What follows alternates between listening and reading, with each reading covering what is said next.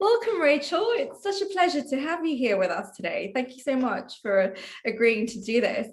As you know, I'm always trying to sort of cover, people in the literary space who are doing things from a bibliotherapy perspective in terms of, helping kids through literature. And obviously your work as a child psychologist is just wonderful, like everything I've seen and read and, your books.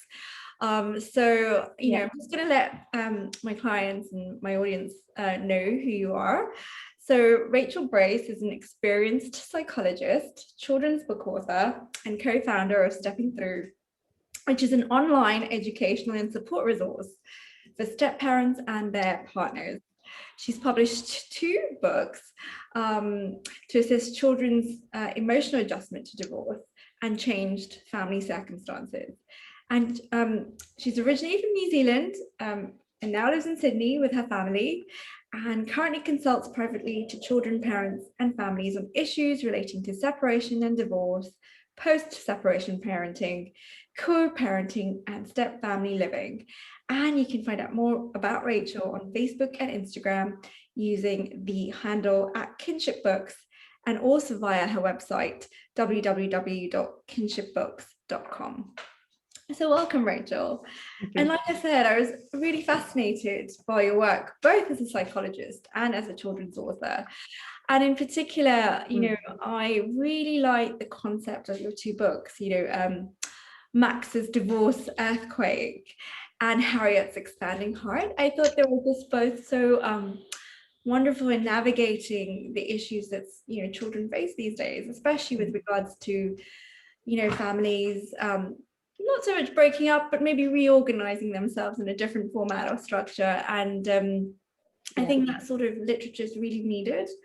So I would love to just hear a little bit more about the story, and then also your motivations to write the book, and just so that our audience can find out a little bit more about them and how they could be helpful. Oh, well, yeah, well, I mean, I love reading, and I do think books are a way to help children understand and process difficult and sensitive things. And there's a lot more books coming out about topics like divorce or separation and death and all of those kinds of topics that are hard. And I guess when Max's Divorce Earthquake kind of first came to mind, I was really struggling though to find a book that didn't just talk about the processes of divorce or the court processes or how it happened, because it can be different depending on where you're living. And I just wanted something that just focused on the emotions that kids might feel, and something that also spoke to the body signals, the things that give us clues to what our emotions or feelings might be. And I wanted it to kind of just be a bit generic. It didn't matter where you were when you were separating or your parents were breaking up, and it didn't really matter the arrangements that parents agreed to for separation, but it was just about the things that kids might feel when they're moving between 2 homes, and that sense of everything's changing, shaking like an earthquake, and feeling, that nothing's ever going to be right again. So, I guess wanting that, not finding that kind of, I put pen to paper, and luckily I work with some really great kids who share lots of their, thoughts and feelings, and I was able to kind of use that to come up with storylines. Which is great. I think, having read the books, I felt that you were really equipping children who read the books with the emotional literacy that they need to sort of express how they're feeling, because they might be feeling it, but they just don't know what the word is or how to label the emotion, which I think is so wonderful. And also within the book, there's that you're holding a space for them that's safe, to kind of explore these emotions. Absolutely. It's hopefully, kids get that message that there's no right or wrong way to feel. You feel what you feel, and those feelings will come and they will go, and that it's okay. There's no, you don't have to feel a certain way, and you're certainly not the only one that's ever felt this way, and knowing that and can really help kids to not feel so alone, I think, as well. Yeah, that's right. Exactly. There's not you should do this or you should do that. It's just, it's okay, whatever it is. Which is just wonderful. And what I liked about Harriet's Expanding Heart was that, you talk about family blending.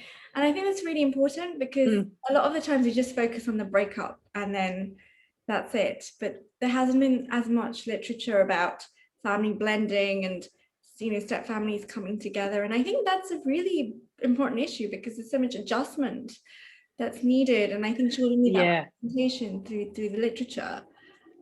So yeah, and look, I think certainly here in Australia, and I happen to think that it's different anywhere else, but step families are one of the fastest growing types of family units because there is such a high rate of divorce and separation, and people are re-partnering and having children in various kind of circumstances. So I think, there is a gap, but I think the more common it's becoming, the more resources, hopefully, families and children will have access to, and the more stories that are out there. But yeah, again, it came from a need. I needed a book. It kind of fit in with like what happened beyond the divorce and separation, and so I thought I'd try for round 2. No, which is great. I think they go really well hand in hand, because it almost feels like Harriet's Expanding Heart is the sequel to Max's. Yes. So it's perfect. And you're absolutely right. I think the institution of marriage or partnership is being challenged, and I think there's several ways to to organize yourself as a family. So it's great that you've captured that. And I guess what would be your sort of key messages that you'd want people to take away from the 2 books? I guess just like what we touched on before, just that there's never any right or wrong way to feel when things are changing or when families are changing. To let them know that mixed emotions are okay. They're not comfortable. And we certainly, I guess no one ever wakes up one morning and says, today I want to feel jealous and angry and sad. But if you have those feelings, it's perfectly okay, and they will come and that they will go. And how you feel about your changing family circumstances one day, or about new family members for that instance, might be different to how they feel next week or the week after that. So I guess some of those general themes are what I would hope that kids and their parents can just take away from the books. Yeah, exactly. And what do you think are some of the key emotions? Is it sort of grief or anger and maybe some anxiety?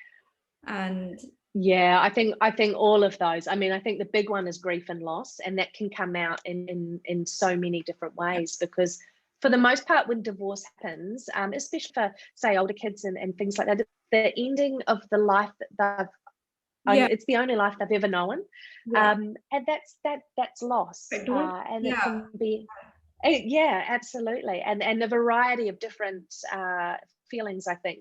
Like what you mentioned, anxiety, anger, relief for some kids, sadness, guilt can also be a big one for kids who tend to think that they've done something or that they haven't done something. There's normally a variety of different feelings, and sometimes they don't always have the words to talk about it either. Doesn't mean they're not feeling it, they just don't know how to talk about it. So and this is why your work is so important, and the literature you've written is so important.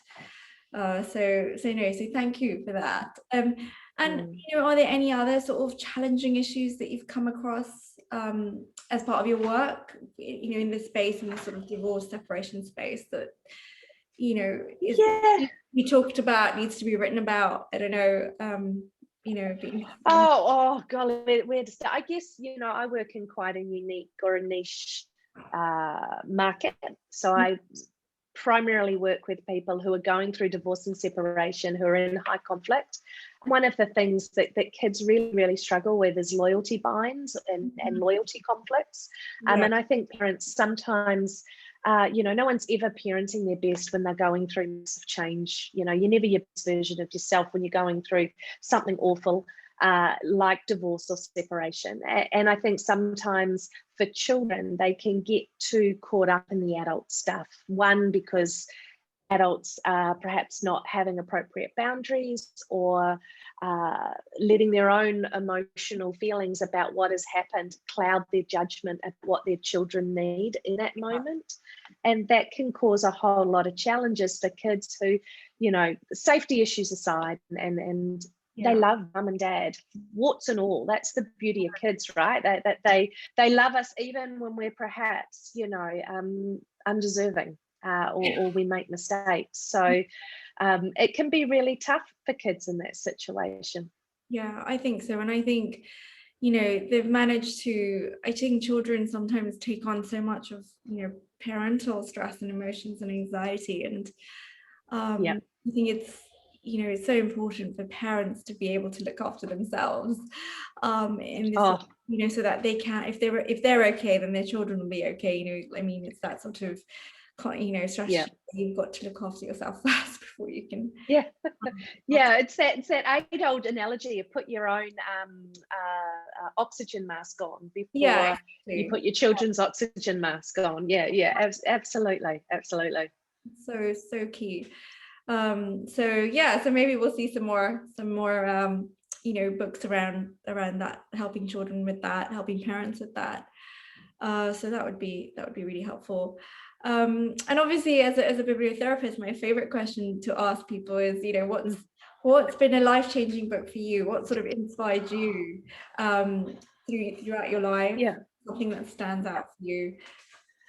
I don't know if there's been one book that's just had a life-altering effect on me, but there's certainly been books that have stuck with me, or that have resonated with me. And I think it's probably because they've triggered something emotionally in me. So, Eden Blyton, when I was a kid, and the Famous Five, oh my God, their curiosity, their independence, and their ability to be brave, in the face of danger, and what was it, ginger beer and lashings of ginger beer and ham sandwiches, or whatever it was that Aunt Fanny always made for them. So I guess, those types of books, just the ability to take you away to a different place and kind of breed your imagination were great. And then I was kind of thinking, there was one book, there's a couple of books as an adult, Empty Cradles by Margaret Humphreys, who again was a British social worker. And that book, it was around in the World War II, when the government's policy to send children overseas, because it was cheaper to care for them overseas than it was to look after them in the UK. And they did it quite often without telling the parents, and they would tell the children that their parents had died. And she literally stumbled across it, and investigated it and kind of brought it to life, and tried to reunite some of the children who were adults and elderly people in their own rights with their parents. And reading that book, I just had tears. It was. Why didn't the parents look after the kids? What was the reason? Well, I think one, because of the war and the bombings, and they were trying to send the children away from the danger areas. And parents were working or going to war, or whatever was happening in that time. But I remember at the time reading it, and I've kept the book in my bookcase, and it's one that I always but again, I think it's had an emotional connection, and I don't know, I've ended up working in child protection, so I don't know, maybe it had a bigger impact on me than what I thought, I guess, right, in that, for those children and for the parents. These are all important stories that need to be told, right? Absolutely. Well, that's great. And so what was the title of the book again? That one was called Empty Cradles. Empty Cradles. Okay, Empty Cradles. Great. I'm gonna go. Margaret Humphreys. Was the social worker, and I think she authored the book as well. Really good one. Oh, gosh, definitely going to put that on my TBR list. Thank you. And no, Rachel, it's been wonderful. My only other question would be, what's next for you? Are you working on another book? Are you planning to write another book? What other projects in this space? I've kind of got two on the go that are in the draft stages, but one's about the transitions, that changeover. So when kids are moving between their two homes, and how they feel, and again, most of my books, or the ideas behind my books, have an emotional underlay. It's about emotional coaching. Yeah. So that one's no different. Yeah. And then the other one that I'm kind of working on as well, which is very rough, but it's around in a step family, when the parents have a baby, an our baby, it's, they have a baby between the two of them in their relationship, and that child stays in the family home, but their siblings, their half siblings, or even their step siblings move between two homes, but they're the one that's kind of always there and left behind, so to speak. Yeah. So That's interesting. looking at their Thought about it like that.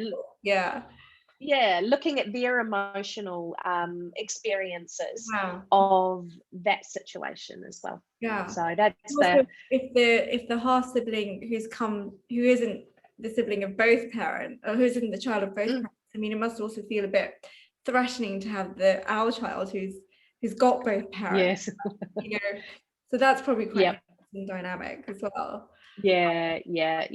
And that is a challenge that step families do face, is that, these insider outsider roles where people leave and come back, and how they reintegrate themselves, especially if they're only going to be there for maybe 2 or 3 nights before they go back to their other house. It can have an effect on everybody in both households. So yeah, challenge. Gosh, it's so needed, I think, especially for the children. It's so important. I mean, yeah, I remember books probably when I was younger being my sole comfort, because we're not used to speaking to a therapist at that age, or can appreciate talk therapies as much, but the literature you just connect with straight away.